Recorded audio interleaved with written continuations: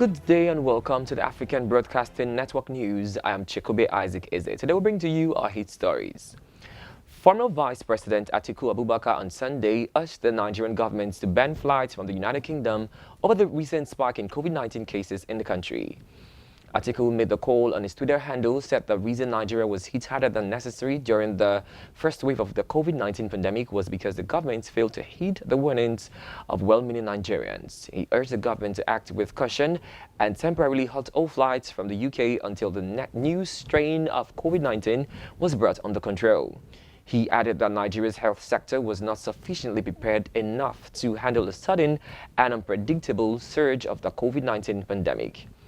Atiku, in his note, gave the reason why Nigeria took a harder than necessary hit during the first wave of the COVID-19 virus was that the federal government failed to heed the warnings of well-meaning Nigerians like himself and others to shut our borders once the virus became a pandemic.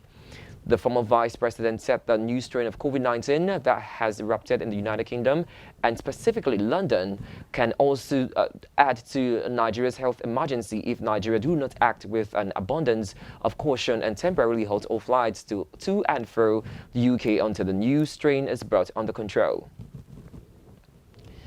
The Central Bank of Nigeria has revoked the operating licenses of 42 microfinance banks in the country. The Nigeria Deposit Insurance Corporation disclosed this on Friday in an announcement on its website titled Notice of Closure of 42 Microfinance Banks. In it said the inform is to inform depositors, creditors, shareholders and the general public that the operating licenses of 42 microfinance banks have been revoked by the Central Bank of Nigeria effective 12th November 2020. The Nigeria Deposit Insurance Corporation, the official liquidator of the banks whose licenses were recently revoked, is in the process of closing the listed banks and pay their insured depositors.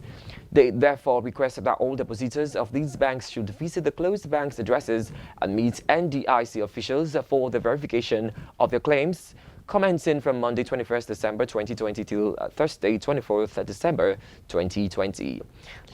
The NDIC listed the names and addresses of the affected MFBs, so customers of microfinance banks are advised to visit their banks in respect to this latest information.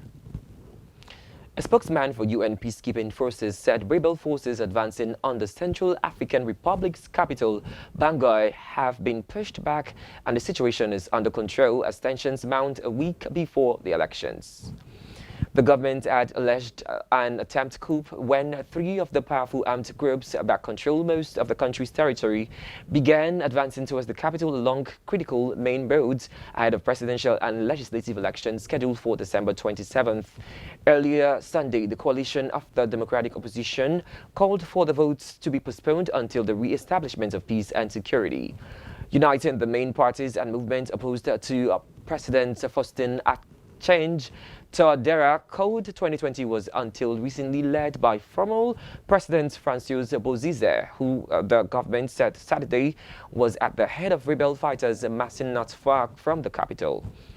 A spokesman for the UN's MINUSCA peacekeeping forces, Vladimir Monteiro, said on Saturday that the armed groups have left the town of Yaloke on one of the roads towards Bangui and that they had given up rounds in two other areas. MINUSCA had sent blue helmets to Mbaike where there were clashes on Saturday to block the armed groups. But security and humanitarian sources said that parts of the armed groups were still on the ground around Bosembele, around 150 kilometers, 90 miles from Bangui. In a joint statement, a group known as the G5+, France, Russia, the US, the EU and the World Bank urged Bozize and allied armed groups to lay down their arms, calling for the elections to go ahead on December 27th.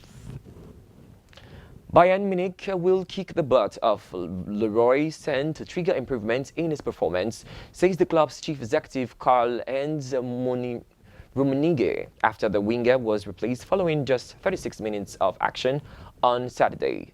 Sane was introduced in the 32nd minute for the injured Kingsley Coman against Bayer Leverkusen when the champions 1-0 down But after struggling to make an impact, the 24-year-old was replaced in the 68th minute for England under-21 international Jamal Musiala. Sane, who was signed for £45 million in the summer from Manchester City, looked visibly unhappy to be hooked by boss Hansi Flick, who insisted there was no other option. And Rummenigge agreed that the Germany international was yet to hit the required performance level at the German champions.